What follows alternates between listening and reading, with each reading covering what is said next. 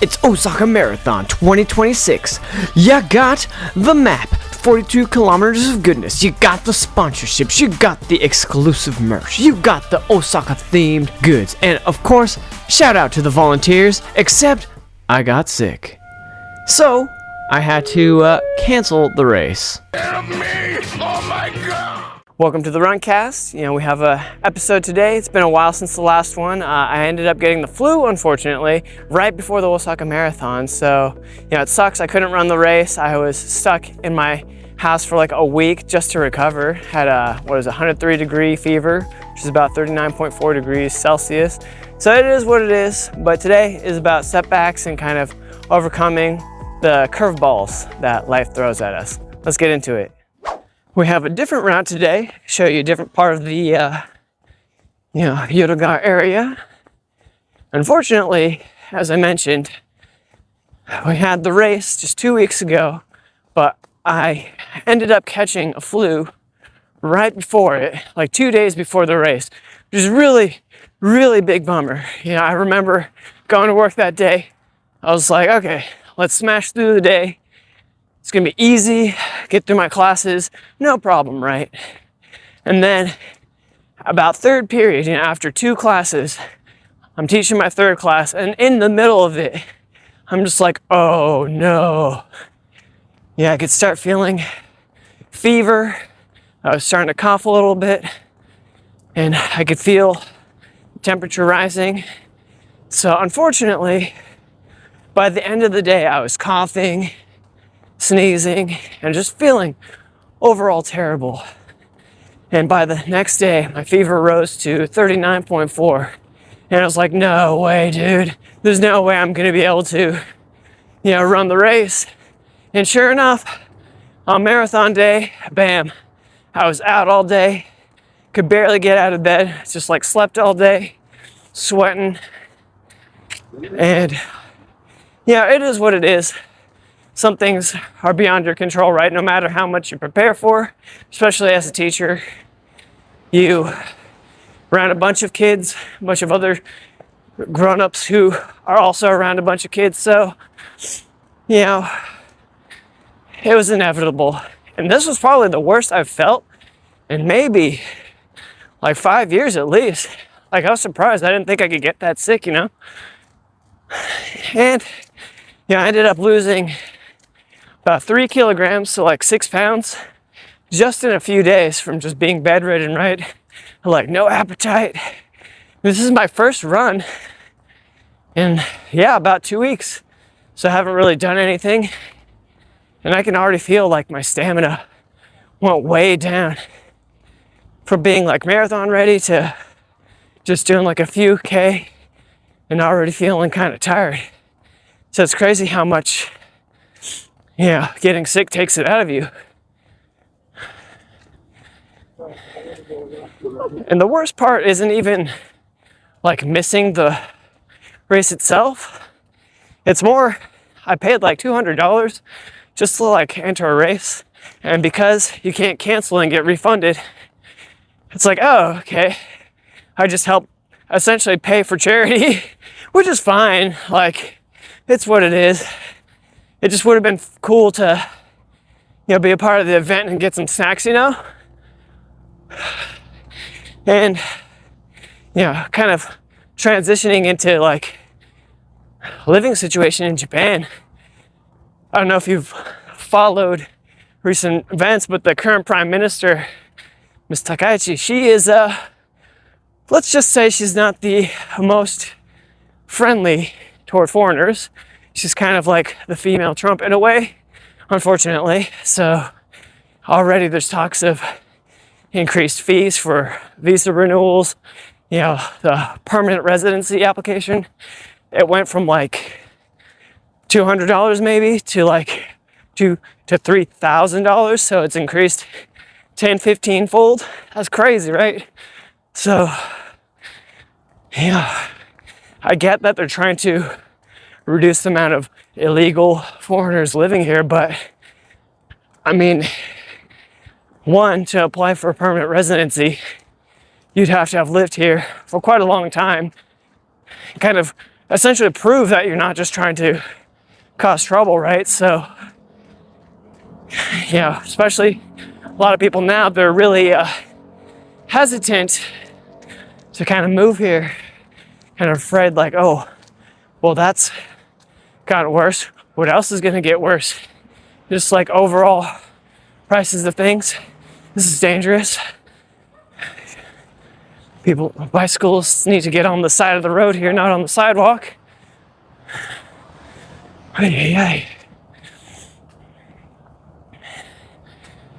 And so, especially if you're thinking about making the move to Japan, just know that while some rates have increased, cost of living overall has increased a lot because of things like consumption tax went from like 5 to 14%, something like that.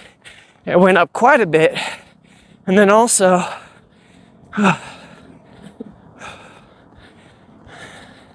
there's the application fees for the visas and stuff, so all sorts of madness is going on. And it's really unfortunate. That said, some things are looking up. Because the population decrease. It's inevitable, but it's becoming more apparent now. They're thinking within the next 10 years, the foreign populations are going to increase from like 3% to 10% just in a few years. So, the demand for foreign work is definitely high. And so there's going to be a lot of new job opportunities and everything. It's just overcoming those like little bumps in the road, those curveballs that life throws at you. It's kind of like the real test. So I know there's a lot of channels out there who, like to spread doom and gloom, right? Like, oh no, it's the end times. Oh cool, someone's flying a kite. Or is that just garbage? No, it's okay, it's a kite. That's so cool. But a lot of people spreading the negative word out there. But I don't know.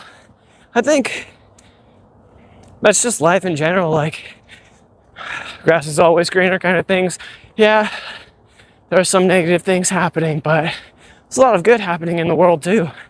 And just like remembering to see the positive side of things is, I think, more important.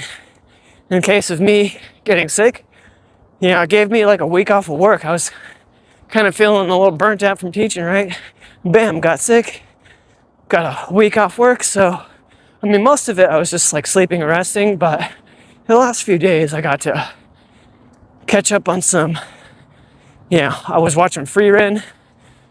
It's actually a really cool anime, really chill, but then it has like really good story beats here and there. So it's not just like a cozy like slice of life show. It has quite a lot of lore and depth in it as well, which is pretty interesting. And then managed to beat Donkey Kong Bonanza. The game was so fun. Like, I know a lot of people, criticize the game for being very repetitive. And to be fair, it is a very simple game. But just because it's simple doesn't mean you can't enjoy it or that you can't get a lot of satisfaction from it. And that is definitely one of those games where it's like, man, I don't need to be over analytical about everything. Sometimes it's nice to just like turn your brain off and just like, wreck some stuff, So it definitely scratched that itch. If you want like a cool platformer game with a lot of like interesting like level concepts, definitely recommend it. By the way, this is the Kitahama Rose Garden. Right now they're just replanting everything, kind of maintaining the garden. But then like late spring, and early summer, all of this is going to be roses. It's going to be so beautiful. So definitely something to look forward to. Same with I think in autumn too. It looks pretty good. So it's a really nice spot to like kind of chill, take in the flowers and soak up some sun, Really cool place. And this Nakanoshima area, so like as you can see, there's that side, and then this like little island just right here in the middle of the river. There's like a cool art museum. I think that might be the Osaka Mint, the bank. But like this area is just really beautiful in the springtime. So a lot of really nice views. So definitely recommend it. Whew.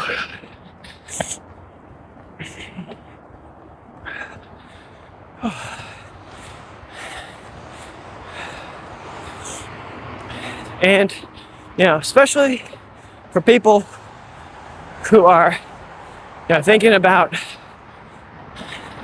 coming here. And I know teaching is like kind of one of the entry points, like the most common entry points, gateways to come to Japan, right? But, you know, let's be real. For a lot of it, most places don't have the best wages, especially if you're going into eikaiwa. However, that's not to say there aren't a lot of really nice opportunities. You really just have to kind of look at the right places. But also, because of the, you know, need for foreign people increasing, and a lot of companies, especially Japan really wants to like double down, triple down on AI. They really want to rely on it. The need for, you know, like manpower, conversation, like people to train and maintain those AI bots, chat bots, and stuff like that, I think is really important. Because of course, AI is far from being perfect. There are a bunch of videos online, people kind of doing like basic logic tests with Gemini or, you know, other AIs that can, you know, recognize you through your camera. And man, it's kind of sad how, one, people over rely on AI for a lot of things, but how like just dead wrong it can be. But because it speaks in a very confident sort of manner, a lot of people are just like easily influenced and just like, oh, okay, that's what it said, so it must be true, right? So because of that over reliance, I definitely see a lot of like screw ups happening, a lot of industries in the future, not just like art, animation, like design stuff, but I think we're definitely going to see a lot of like a second wave of English. I don't know, like a bunch of really weirdly translated posters, t-shirts, that kind of stuff. It's going to be interesting. It's going to be amusing. But also, I really think that like teaching jobs, they're not going to go away. They're here to stay. So definitely not something to worry about. It's just the landscape is going to change, as it always does. So just learning to adapt to the changes, you know, those setbacks, not letting them keep you down and whatnot. I think that's the key, right? Whew. Yeah, I said I was really tuckered out earlier, but I'm kind of feeling the groove again, feeling like I'm getting back into it. So nice, just kind of get over that hump. Whew. I love how beautiful it is, though. It's very nice. Soon, in the next few weeks, all of this is going to be covered in sakura trees, so it's going to be very beautiful. I'm very much looking forward to that. Like all this, it's just like sakura trees. So like if you're looking from the bridge, it's going to be a row of like beautiful pinks and whites. It's going to be so pretty to look at. Whew. And I love that in Japan, even though it's like winter, right now, today is like 11 degrees, so I don't know, it's like perfect for running. But if you're like walking around, as you can see, a lot of people still wearing jackets. It's kind of chilly. Like as I was walking to the park, get a warm up in, you know, it's definitely pretty nippy. But despite that, I love how, you know, like you can see so many people outside. Whereas like, you know, in my hometown, a lot of people, you know, it gets colder in Seattle than this, of course, but I don't know, I just feel like a lot of people just like don't go outside much anymore. They just can't be bothered.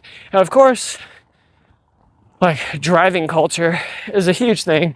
You know, not everything's as like accessible. It's not so close or and compact and whatnot.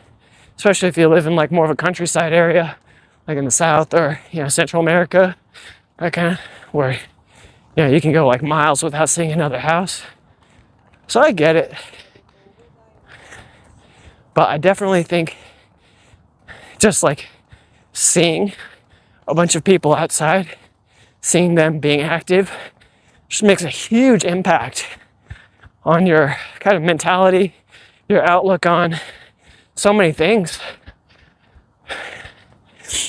I remember my friend, he lived in a kind of a shadier area of Osaka. You know, there weren't really any parks anywhere. It's just like shops or like supermarkets. But, you know, just stores. That's all you could do is like buy booze, cigarettes, and like groceries. That's basically all you could do. And so definitely reflected in the kind of overall atmosphere of the people. You know, not many people were biking around. Not many people were running. And everyone just looked kind of gloomy. And so, you know, I feel very lucky that I live in a, you know, area like this. There's just like a nice trail park, you know, a lot of nature just around me. And I mean, as you can see, a lot of people are also running here. And this happens to be a, you know, wealthier area of Osaka. So for sure it correlates that, you know, having access to nature, just like someplace to relax, get away from the craziness, the busyness of the city. I think it definitely impacts your productivity, overall mental well-being. And that's probably why, like on Microsoft's campus, they have like a running, biking course, you know, in that general Redmond area. They have a lot of facilities where people can just like go outside, take a walk, and get some nature and whatnot, right? It's probably related. So, yeah, even though I'm not feeling 100%, it just feels nice to, you know, kind of get outside again. After being cooped up in the house for like 2 weeks, basically, I already feel like a million times better. And I think that's where I feel most alive too. That's where I'm like pushing myself. You know, I know a lot of people do like the cold plunges, like the, you know, the morning showers where it's just like super cold and like stimulates the, your brain and everything. Doing something like, you know, uncomfortable first thing in the morning to make you productive. And I'm not a guy who does that. You know, I'm more of a like wash my face in the morning with cold water. That's maybe the extent that I go. But I think, I mean, that concept in general, it doesn't have to be in the morning, but just like incorporating that kind of stuff throughout your day. You know, a curveball, just like intentionally put a bump in the road, put a curveball in your path, right? That's what, I don't know, I think that's what makes us feel the most alive, maybe. Or instead of just being like, you know, coasting through life, you know, it's like before you know, oh shit, 5 months have passed, nothing's happened. It's more of a, oh, yeah, this happened, I remember that. Kind of sucked, but, you know, I got over it. I think doing that might be the key.